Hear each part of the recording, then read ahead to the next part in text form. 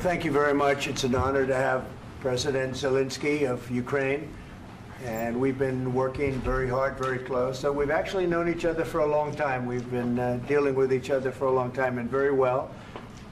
We had a little negotiation spat, but that worked out great. I think for both countries, I think for the world, actually, beyond both countries.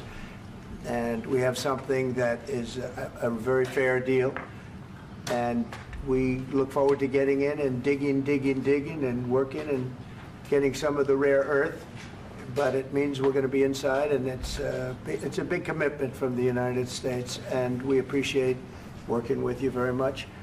And we will continue to do that. We have had some very good discussions with Russia. I spoke with President Putin, and we're going to try and bring this to a close. It's something that you want and that he wants. We have to negotiate a deal, but we've started the confines of a deal, and I think something can happen. The big thing is the number of soldiers, mostly at this point, but soldiers being killed. You're losing thousands of soldiers. So on both sides, we're losing a lot of soldiers, and we want to see it stop. And we want to see the money get put to different kinds of use, like rebuilding. And we're going to be working very hard. But we've had a lot of very good conversations. I will say until we came along, the Biden administration didn't speak to Russia whatsoever. They didn't speak to anybody. They just allowed this to continue. And I will say that, I'll say in front of you, you've heard me say it 1,000 times, if I were president, this war would have never happened. We would have had a deal negotiated for you without having to go through what you've gone through. But your soldiers have been unbelievably brave. We've given them great equipment, but somebody has to use the equipment. They've been unbelievably brave. And we give them great credit. This was supposed to be over very quickly, and here we are 3 years later. So I give tremendous credit to your generals and your soldiers and yourself in the sense that it's been very hard fighting, very tough fighting. They're great fighters, and you have to be very proud of them from that standpoint. But now we want to get it over with. It's enough, right? We want to get it over with. So. It's an honor to have you here. Thank you very much for coming. We're going to sign the agreement at the conference in the East Room in a little while, right after lunch. And we'll be having lunch together. We're also discussing some other things.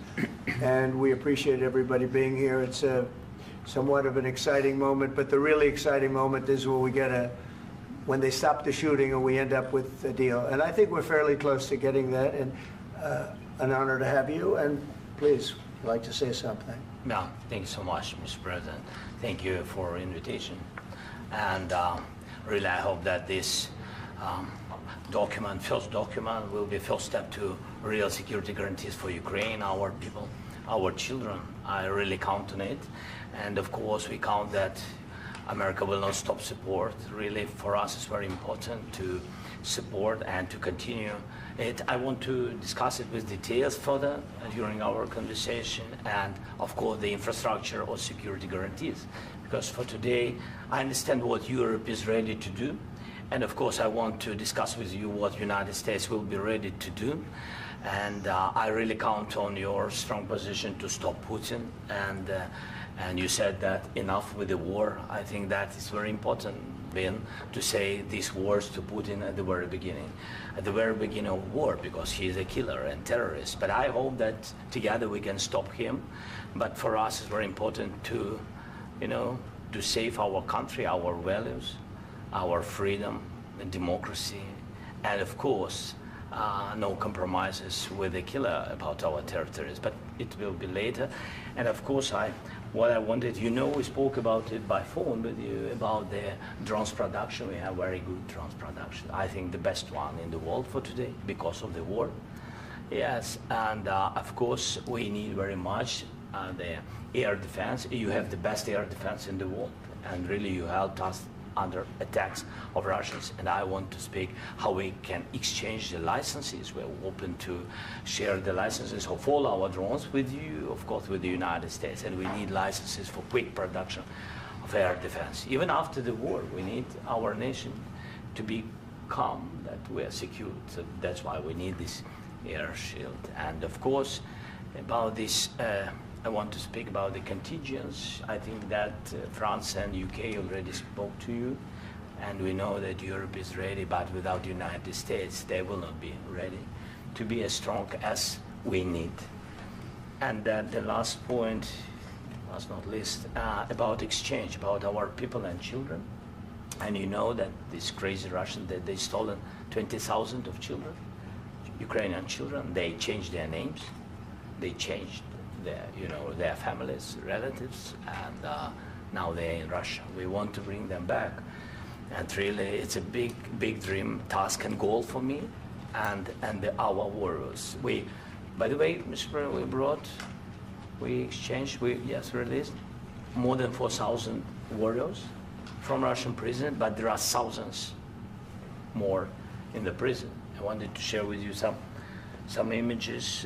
How it's I've just can I now? Yeah, please. Some minutes, 1 minute, 1 minute. Just you to understand in what circumstances, in what situation they are, and what the attitude of Russia to our prisons.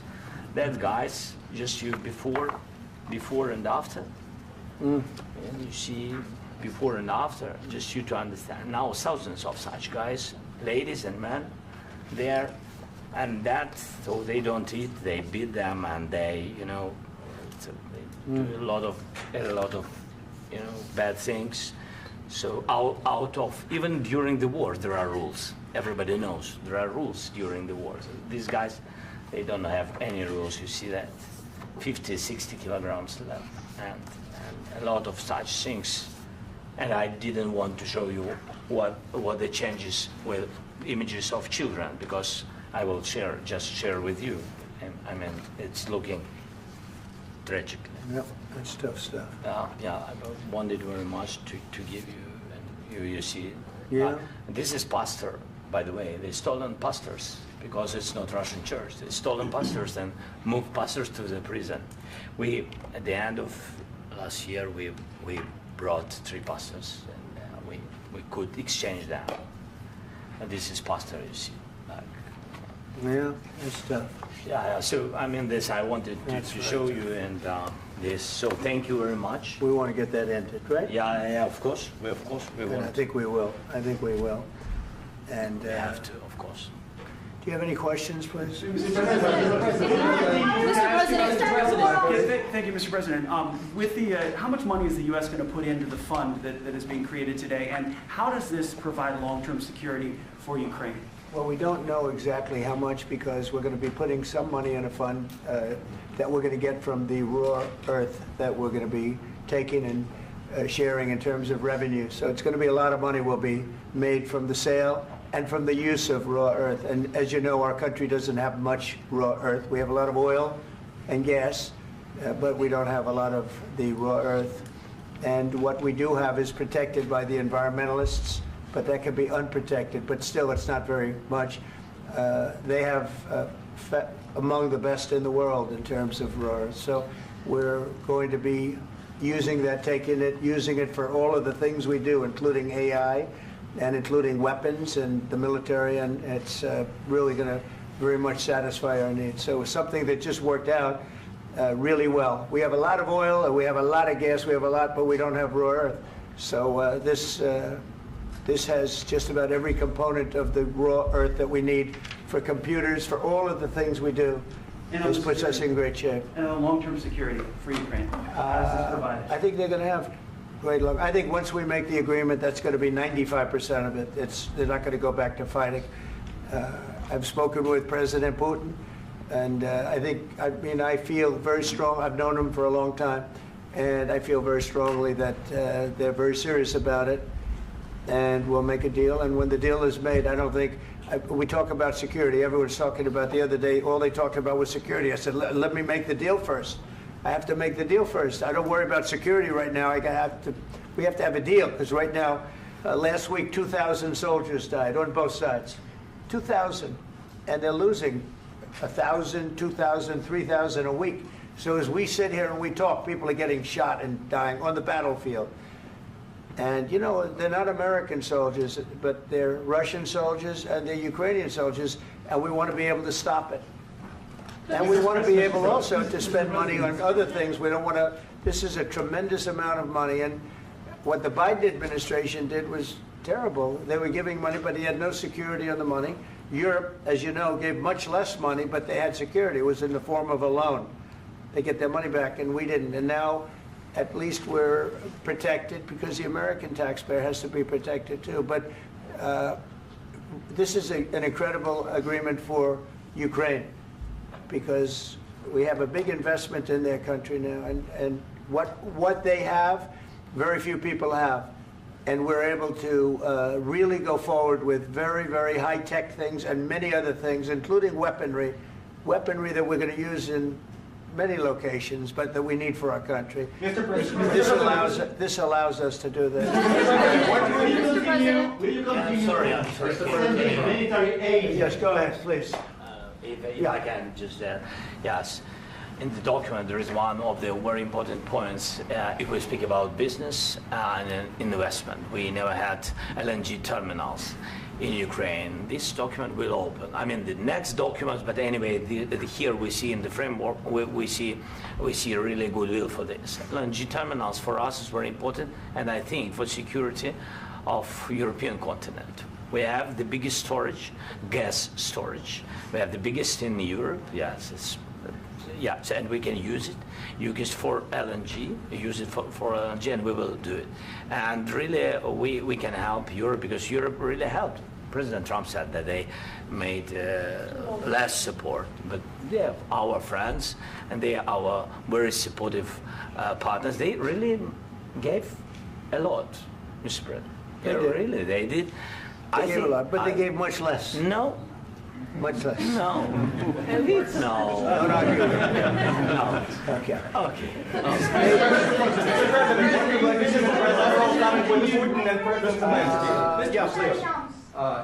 Mr. President Trump, you have repeatedly called the deal with Ukraine as a historical one. And as a President of the United States, you make historical decisions in other issues which affect America and other world. So what place in the world history do you want to take? And do you associate yourself with any famous historical figures? Yeah, I'd say George Washington, Abraham Lincoln. I would say I'm far superior to George Washington and Abraham Lincoln. Now, you know I'm only kidding, right? Because when I say that, the fake news is going to go wild. They're going to say he considers himself to be better than Washington. But you never know. You never know. I don't compare myself to anybody. I'm here to do a job. We've had a great 35 days or whatever it might be, a month, a little more than a month. We've accomplished tremendous amounts. Not only this would be a very great achievement if we could get the war stopped and get them back to normalization. I think that's going to happen. We've had very good talks on both sides, as you know. But I think we've done a very good job, just generally. If you look at all of the things we've done in 30 days, they're saying there's never been a opening for a president. The first month, there's never been a first month like we've had. And this is one of the very important things. This, to me, is one of the most important things because we have tremendous death taking place as we speak, and I don't want to have that. You know, think of the parents, whether they're in Russia or Ukraine, think of the parents of all these people being killed needlessly. They came to our territory. Should have never started. This would have, if I were president, this would have never started. Mr. President, where and how do you envision, Mr. President, will you continue sending military aid to Ukraine after the U.S. signs this agreement with Ukraine? Yeah, we're going to be continuing. To President Zelenskyy, do you feel like the U.S. is on your side, that President Trump is on your side at this moment? Right. What do you think? He wants to know, do you think that, sort of a stupid question. I guess we wouldn't be here if I wasn't. I think that the United States on our side from the very beginning of occupation, and I think that President Trump on our side, and of course, I'm sure that the United States President will not stop support. This is crucial for us. It's important for us. Yes. And Putin, the president speaks about the people and the soldiers which are dying, but they came to our territory, they came to our land. They began this war, and they have to stop. And I think this is the question, with really the most important question. Can President Trump, I hope yes, with some other allies, to stop Putin, withdraw these enemies, our enemy, withdraw these troops from our land? And I think that you asked about the history, I think that if President, or when, he will stop Putin, if President Trump will bring peace to our country, I think he will be on this wall, I think. We've had very, very good talks. What about military aid to Ukraine? President Zelenskyy just said that there will be no compromises with Vladimir Putin. I just wanted to ask both of you. Firstly, are there compromises that you think that President Zelenskyy is going to have to make? And President Zelenskyy, is there anything that you might be thinking that you may be able to offer or bring to the table, for example, elections? Thank you. I think you're going to have to always make compromises. You can't do any deals without compromises. So certainly he's going to have to make some compromises, but hopefully they won't be as big as some people think you're going to have to make. That's all. That's all we can do. I'm here as an arbitrator, as a mediator to a certain extent between two parties that have been very hostile. To put it mildly, they've been very hostile. There's been a vicious war. There's been a vicious war. You know, it's a very level battlefield, and those bullets go out, and as I've said many times, we were talking about it with Pete, many times the only thing stopping those bullets is a human body. And in the case we're talking about, generally young human bodies are stopping a lot of bullets. It's dead level. That's why it's great farmland. It's great land. It's great farmland, but there's very little protection against the bullets that are being, and other things that are being shot. So all I can do is see if I can get everybody at the table and get an agreement. And I think we're going to end up with an agreement. Otherwise, I wouldn't probably be even here today. Mr. President, I've got two questions for you. You think ultimately your legacy will be the peacemaker and not the president that led this country into another war and ended foreign wars? And I've got a question. I hope it will. I mean, I hope I'm going to be remembered as a peacemaker. This would be a great thing if we could do this. I'm doing this to save lives more than anything else. Second is to save a lot of money, but I consider that to be far less important. So I hope I'm going to, thank you, Brian, for that question. It was a nice question. I hope I'll be known and recognized as a peacemaker. This would be a great thing to solve. This is a very dangerous situation. You know, this could lead to a third world war. This was headed in the wrong direction. If this election were lost, if we didn't win this election, and we won it by a lot, that was a mandate. We won every swing state. We won the popular vote by millions and millions of votes. We won everything. The districts, you look at the areas of red, take a look at a map. This was a big mandate, and this was one of the things. I said, we're going to get this thing settled. If we didn't win, I think this could have very well ended up in a third world war, and that would not have been a good situation. What was your second question? And my second question for President Zelenskyy. Why don't you wear a suit? You're at the highest, why don't you wear a suit? You're at the highest level in this country's office, and you refuse to wear a suit. Just want to see if do you own a suit? Yeah, problems. A lot of Americans have problems with you not respecting the dignity of this office. I will wear a costume after this war will finish.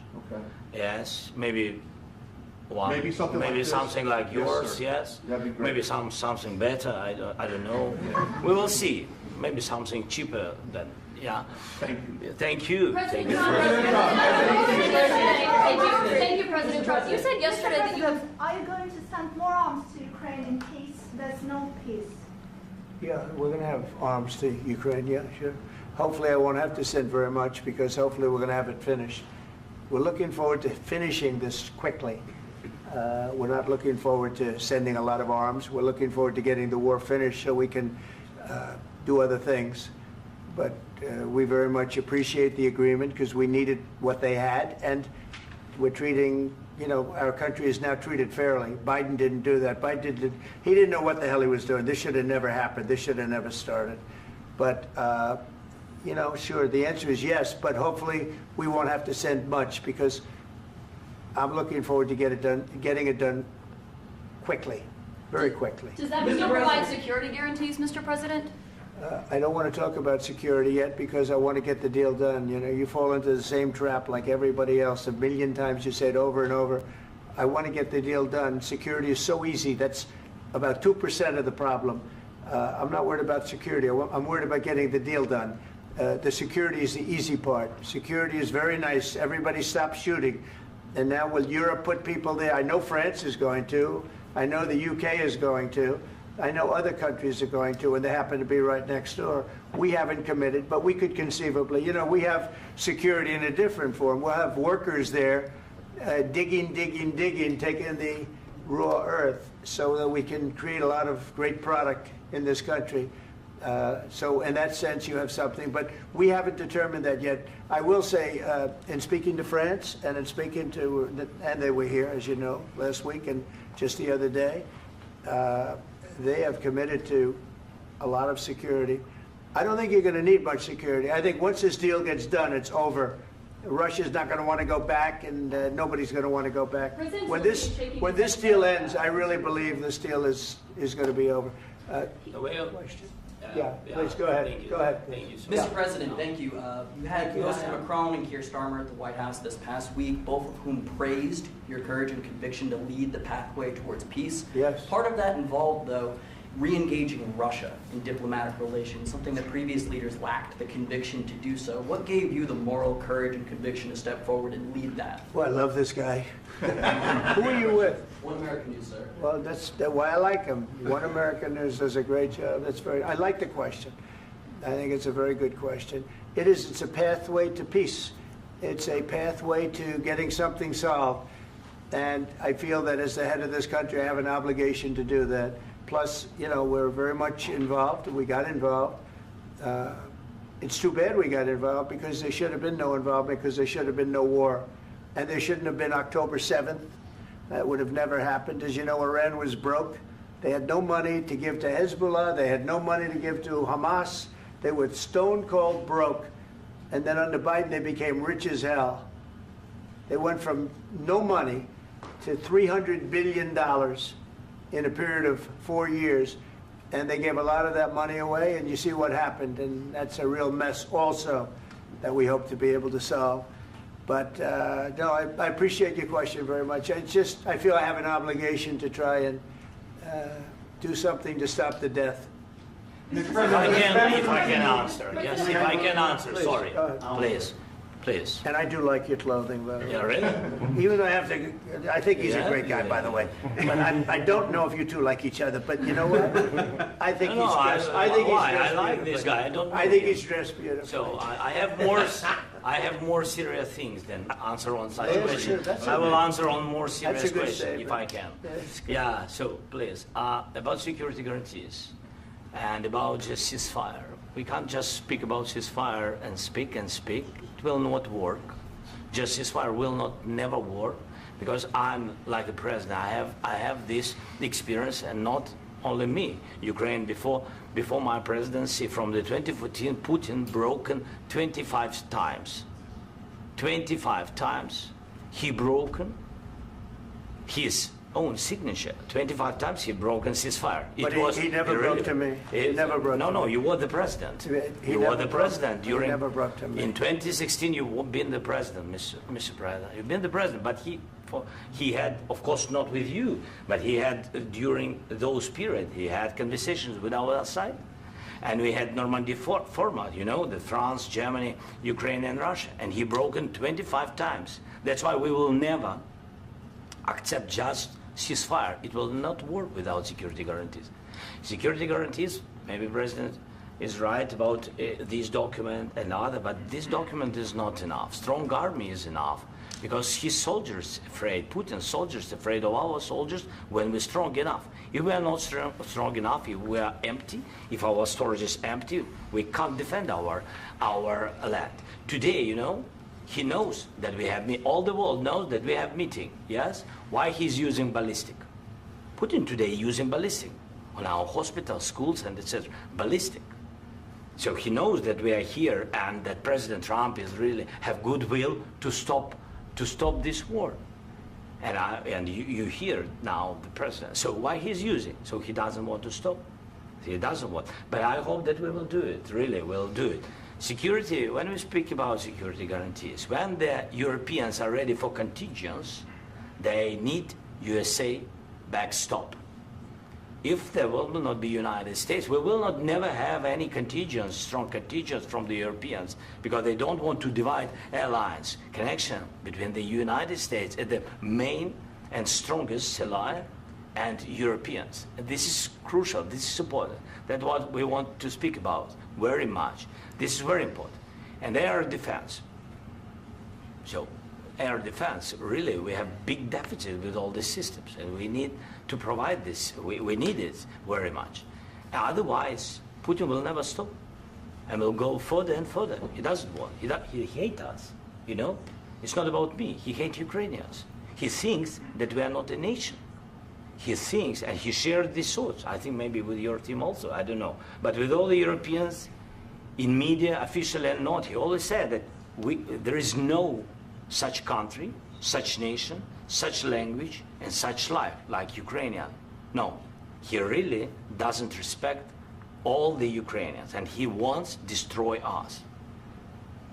And you are right, Mr. President, that's 2%. This document, maybe other documents, it's a very good start, very good, but it will not enough to stop this person. Should Russia pay to rebuild Ukraine? Mr. President, under these Should Russia pay to rebuild Ukraine? They have to pay. This question you This didn't is like the rule. because This is the rule of because the war. I'm This is sorry. the rule of the war. During all the centuries, all the history, this is the rule of the war. Who began, those pay. Do you agree, This is the President rule. Putin began this war. He has to pay all money for innovation. He has to pay. Of course, some Russian assets, what we have in Europe, about 300 billion, we can use them. We can use for innovation and buy military support from the United States also. We can do it, but it's not enough. It's not enough. President, under these circumstances, do you envision a trilateral summit with Because I want Putin to and know. President Zelenskyy? Wait 1 second. I asked this question that you didn't like because I wanted to know if you want to position yourself in the middle between Russia and Yes. Ukraine or on the Ukraine side. No, I'm in the middle. I want to solve this thing. I'm for both. I want to get it solved. And it's wonderful to speak badly about somebody else, but I want to get it solved. If we can solve it, great. If we can't solve it, they're going to have to fight it out, and who knows what's going to happen. But I want to see it get solved. May I follow up? One more question about U.S. troops in Europe. After Russian invasion of Ukraine, your predecessor sent additional troops to Eastern Europe, including Poland, my country. Yeah. Are you committed to keeping these troops on the eastern flank of NATO in the future? I'm very committed to Poland. I think Poland has really stepped up and done a great job for NATO. They, as you know, they paid more than they had to. They are one of the finest groups of people I've ever known. I'm very committed to Poland. What about Baltics? Poland's in a tough neighborhood, you know. What about the Baltics? The Baltics, they got a lot of, it's a tough neighborhood too, but we're committed. We're going to be very committed, and we're committed to NATO. But NATO has to step up, and the Europeans have to step up more than they have. And I want to see them equalize, because they are in for far less than we're in, and they should be at least equal. You understand that? Why is the United States, we have an ocean in between, why is the United States in for so much more money and other things as Europe? With that being said, and as you said, they've also been obviously very helpful, but we have put in far more than they have, and I think they should equalize. Mr. President, Please, go ahead. Ask you about the agreement again today. What changed between the first time that Secretary Bessent gave President Zelenskyy the agreement and today for the signing? We made a deal. So What was the I'm just, deciding factor? I'm a business person. We made a deal. That's what changed. A lot of the minerals. I didn't think we were going to make a deal, and We ended up making the deal, so that changed. Mr. President, what and how do you envision a trilateral summit with President Zelenskyy and Putin? I don't know, under but these well, they circumstances? don't like each other, I can tell you that. Okay? They do not like each other. This is not a love match, and it's unfortunate. That's why you're in this situation. The United States should not have allowed this to happen, okay? The United States, run by a man that didn't know much, I'm going to be very nice, run by an incompetent person, very incompetent person, should never have allowed this to happen. I've stopped wars. I've stopped many wars. My people will tell you, I stopped wars that nobody ever heard about. I stopped wars before they ever started. You can look at some of, I could give you a lot of nations that would tell you right now they were probably going to war. I could tell you right now there's a nation thinking about going to war on something that nobody in this room has ever even heard about. Two smaller nations, but big, still big. And I think I've stopped it. But this should have never happened. Mr. President, About sorry, just a second. About any negotiations. First of all, I want really to tell you, and I think that everybody understands that Ukraine, more than Ukrainians, nobody wants to stop this war.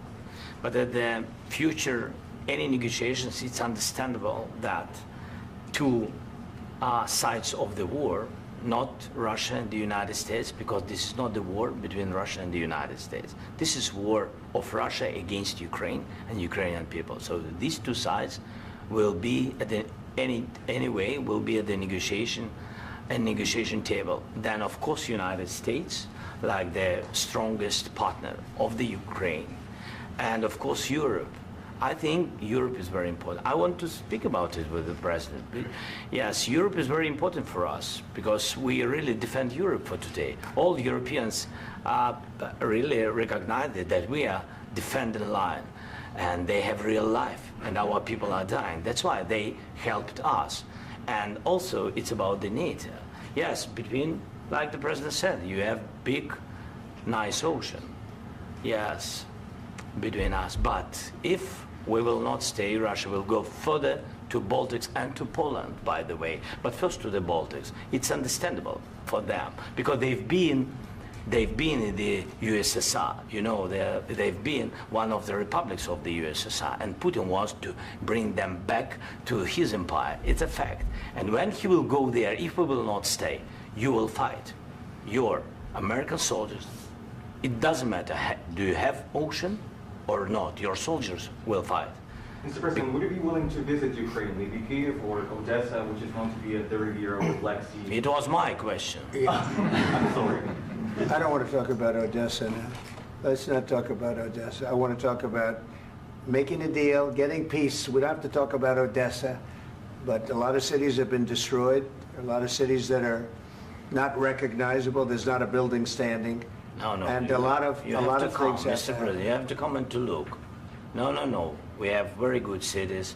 Yes, a lot of things have been destroyed, but mostly cities alive, and people work, and children go to school. Sometimes it's very difficult. Sometimes closer to front line, children have to go to underground schools or online, but we live.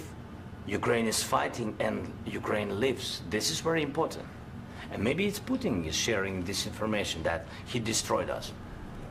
No, he lost 700,000 people, 700,000 soldiers. He lost everything.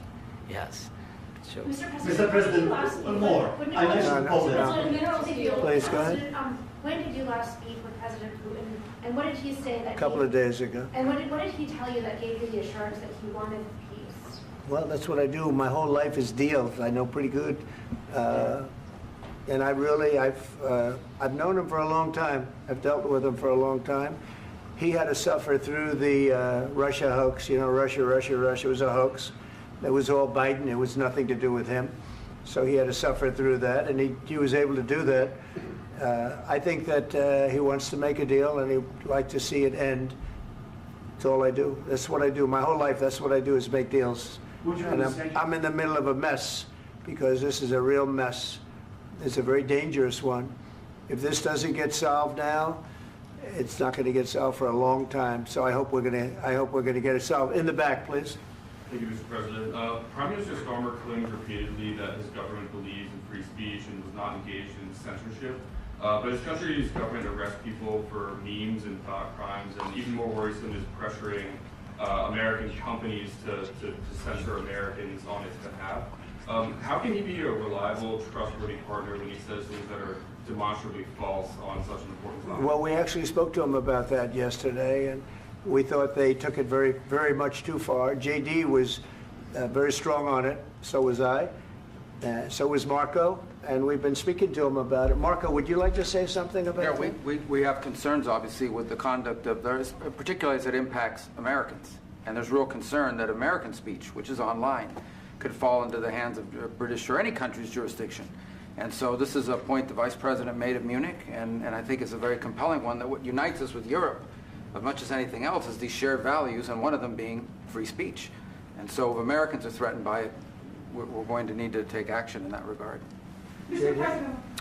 It's actually a very important question. We spoke about this in detail with the Prime Minister, the Foreign Secretary, and others at lunch yesterday. And I know that Secretary of Commerce Lutnick followed up in private meetings last night. This is really important. We believe Americans have the right to speak their mind, even if we in this room disagree with them. They have the right to speak their mind in the public square, which is often online these days.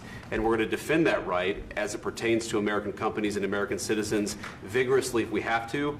I do think that under the President's leadership, we're going to find common ground with our friends in the UK on this question, but it remains to be seen. The principle that will guide us is we believe in free speech in this country, and we'll fight for it for American citizens. Mr. President, on the deal, is there any other oil and gas component to the deal? Is it all critical? A little bit. We'll see. On LNG? But we're not really looking for that so much. We got a lot. We have more than anybody in the world, by far. So no, we're not talking about it too much, but a little bit. I think it affects also, but for the most part, no. And sir, is there any agreement from Ukraine to purchase U.S. LNG as part of the deal, or is that on the table at all? No, we don't need that. Mr. President, I just wanted to ask you about, you just mentioned that you'd spoken to Vladimir Putin a couple of days ago. Just to be clear, that's a new call, not the one that you... I've spoken to him on numerous occasions. Okay. And how was the latest call? What did you discuss? How did it go? Are you serious with that question? I am. I'd love to know. It went well. I think we're going to have a deal.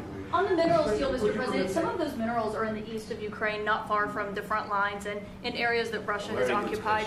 Will you direct President Putin to withdraw his forces from those areas if there's U.S. interest? Well, we'll take a look at the time. We have a lot of area. It's a very big area we're talking about, so we'll take a look. I'll study that and I'll see. And who would protect those minerals if they are U.S. interests? Would that be Ukrainian forces? They'll be protected. The agreement will protect them. U.S. The agreement, yeah, we're signing an agreement. Right, but what if Russia tries to invade or there's Russian aggression in their spots? I just told you I don't think that's going to happen. And if that were going to happen, I wouldn't make a deal. If I thought that was going to happen, I wouldn't make a deal. Some people may wonder why. You know, they ought to focus on CNN on survival, not asking me these ridiculous questions. Focus on surviving, because CNN's got such low ratings. I don't think they're going to survive. Let's go. Please, go. I already mentioned Poland. Poland was under Russian control for decades after the Second World War. When I was a kid, I looked at the United States not only as a most powerful country, richest country in the world, the country that has great music, great movies, great muscle cars, but also as a force for good. And now I'm talking with my friends in Poland, and they are worried that you align yourself too much with Putin. What's your message for them? Well, if I didn't align myself with both of them, you'd never have a deal. You want me to say really terrible things about Putin and then say, "Hi, Vladimir, how are we doing on the deal?" That doesn't work that way. I'm not aligned with Putin. I'm not aligned with anybody. I'm aligned with the United States of America and for the good of the world. I'm aligned with the world. And I want to get this thing over with. You see the hatred he's got for Putin. It's very tough for me to make a deal with that kind of hate. He's got tremendous hatred. And I understand that, but I can tell you the other side isn't exactly in love with, him either. So it's not a question of alignment. I'm aligned with the world. I want to get the thing set. I'm aligned with Europe. I want to see if we can get this thing done. You want me to be tough? I could be tougher than any human being you've ever seen. I'd be so tough. But you're never going to get a deal that way, so that's the way it goes. All right, one more question. Hey, I would respond to this. So look, for 4 years in the United States of America, we had a president who stood up at press conferences and talked tough about Vladimir Putin, and then Putin invaded Ukraine and destroyed a significant chunk of the country.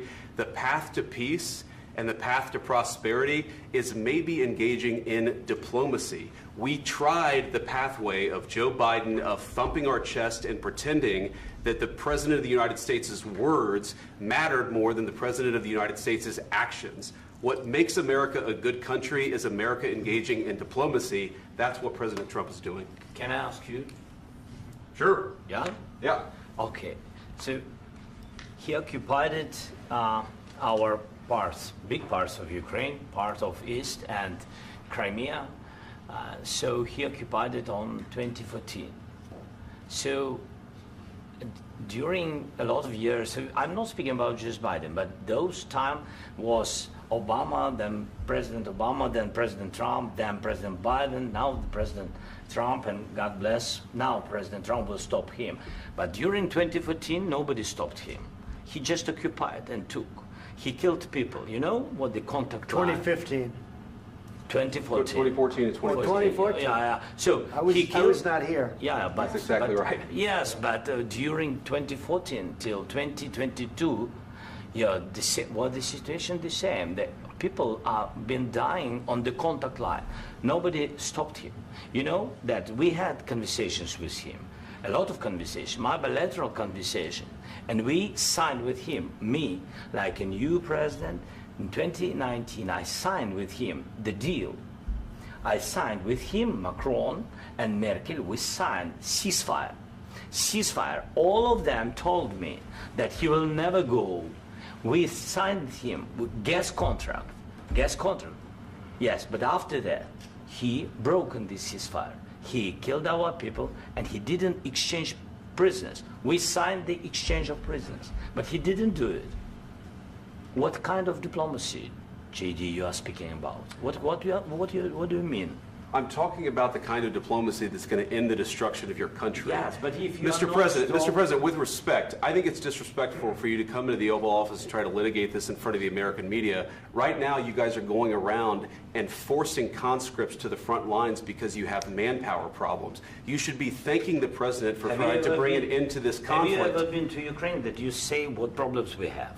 I have been to. Count once. I've actually watched and seen the stories, and I know what happens is you bring them on a propaganda tour, Mr. President. Do you disagree that you've had problems bringing people into your military? And do you think that it's respectful to come to the Oval Office of the United States of America and attack the administration that is trying to prevent the destruction of your country? A lot of questions. Let's start from the beginning. Sure. First of all, during the war, everybody has problems, even you, but you have nice ocean and don't feel now, but you will feel it in the future. God bless. You don't know that. God bless. You God bless. You will not have a war. Don't tell us what we're going to feel. We're trying to solve a problem. Don't tell us what we're going to feel. I'm not telling you. Because I'm you're in no answering position on to this dictate that. That's Remember exactly what this. you're doing. You're in no position to dictate what we're going to feel. You We're going to feel very you will good. Feel influence. We're going to feel very I'm good and telling very you, strong. You will feel influence. You're right now not in a very good position. You've allowed yourself to be in a very bad position, and he happens to be right about it. From the very beginning of the war. You're not in a good position. You don't have the cards. cards right now. With us, you start having not cards. playing cards. Right now, you don't. I'm very You're playing serious, cards. Mr. President. You're I'm playing very cards. serious. You're I'm gambling the with the president lives in of war. millions of people. You think You're you- gambling with World War III. what you're You're speaking gambling about? with What are you World speaking War about? III. And You- what you're doing is very disrespectful to the country, this country. I'm That's with back all to you. respect to your Far country. more than a lot of people said very they respect. should have. Have you said thank you once? This A lot entire of meeting? times. No, in this Even entire meeting, today. have you said thank Even you? today. You went to Pennsylvania and campaigned for the opposition in October. Offer some words of appreciation for the United States what of you're America speaking about. and the president who's trying to save your country. Please, you think that if you will speak very loudly about the war, you He's can... not speaking loudly. He's not Yeah. speaking loudly. Your country's Can I- in big can I- trouble. Can I Wait a answer? minute. No. Can You've I done a lot answer? of talking. Your country is in big trouble. I know. You're not winning. I know. You're not winning this. You have a damn good chance of coming out okay because of us. Mr. President, we are staying in our country, staying strong from the very beginning of the war. We've been alone, and we are thankful. I said thanks You haven't in been this alone. cabinet, You and haven't not been only alone. in this cabinet. We gave you, through I this said stupid president, $350 billion. You voted we gave for you your military president. equipment, You and you voted men for are your brave, president. but they had to use our military. What about West If you didn't have You our invited military me- equipment, You invited if me you to didn't speak. have our military equipment, this war would have been over in 2 weeks. In 3 days, I heard it from Putin. In 3 days, this is something Maybe new. less. In 2 weeks, of course, yes. It's going to be a very hard thing to do business like this. I Again, tell you. just say thank you. I said a lot of times thank you to American people. Accept that there are disagreements, and let's go litigate those disagreements rather than trying to fight it out in the American media when you're wrong. We know that you're wrong. But you see, I think it's good for the American people to see what's going on. I understand, sir. I think it's I very understand. important. That's why I kept this going so long. You have to be thankful. You don't have the I'm cards. thankful. You're buried there. Your people are dying. tell you You're again, running I low know. on soldiers. Don't- Listen, don't please, you're running Mr. low on President. soldiers. It would be a damn good thing. Mr. And President. then you tell us, I don't want a ceasefire. I don't want a ceasefire. I want to go, and I want this. Look, if you could get a ceasefire right now, I tell you, you take it so the bullets stop flying and your men stop getting killed. Of course, we want to stop the war. But you're I saying said- you don't want a ceasefire. But I said to you, I want a ceasefire. with guarantees. Because you'll get a ceasefire faster than an agreement. Ask our people about ceasefire, what they think. That wasn't it doesn't with matter me. for you what That what wasn't is with me. made. It That was wasn't with you. a guy named Biden, who was not a smart person. This That is was your, with, this that was is with your Obama. president. It was your president. Excuse me. That was with Obama, who gave you sheets, and I gave you javelins. Yes. I gave you the javelins to take out all those tanks. Obama gave you sheets. In fact, the statement is Obama gave sheets and Trump gave javelins. You got to be more thankful, because let me tell you, you don't have the cards. With us, you have the cards. But without us, you don't have any cards. One more question to Mr. Vice President. I'm sorry. It's going to be a tough deal to make, Um, because the attitudes have to change. What if Russia breaks ceasefire? What if Russia breaks peace talks? What do we do then? I understand that it's a heated conversation right now. What are you but saying? what She's if asking, what if if Russia Putin breaks the ceasefire? What if anything? What if a bomb drops on your head right now? But they have Okay? broken the What if they ceasefire broke it? many I don't know. They broke it with Biden, because Biden, they didn't respect him. They didn't respect Obama. They respect me. Let me tell you, Putin went through a hell of a lot with me. He went through a phony witch hunt where they used him and Russia. Russia. You ever hear of that deal? That was a phony Hunter Biden, Joe Biden scam. Hillary Clinton, Shifty Adam Schiff. It was a Democrat scam. And he had to go through that. And he did go through it. We didn't end up in a war. And he went through it. He was accused of all that stuff. He had nothing to do with it. It came out of Hunter Biden's bathroom. It came out of Hunter Biden's bedroom. It was disgusting. And then they said, oh, the laptop from hell was made by Russia. The 51 agents. The whole thing was a scam. And he had to put up with that. He was being accused of all that stuff. All I can say is this. He might have broken deals with Obama and Bush, and he might have broken them with Biden. He did, maybe. Maybe he didn't. I don't know what happened. But he didn't break them with me. He wants to make a deal. I don't know if you can make a deal. The problem is, I've empowered you to be a tough guy. And I don't think you'd be a tough guy without the United States. And your people are very brave. But you're either going to make a deal or we're out. And if we're out, you'll fight it out. I don't think it's going to be pretty, but you'll fight it out. But you don't have the cards. But once we sign that deal, you're in a much better position. But you're not acting at all thankful. And that's not a nice thing. I'll be honest, that's not a nice thing. All right, I think we've seen enough. What do you think? Huh? This is going to be great television, I will say that. All right. We'll see what we can do about putting it together. Thank you, sir. And I need the back of the We'll see. I don't know. All right, guys, come on. Wait, hey, let's go. Guys, come on, let's move.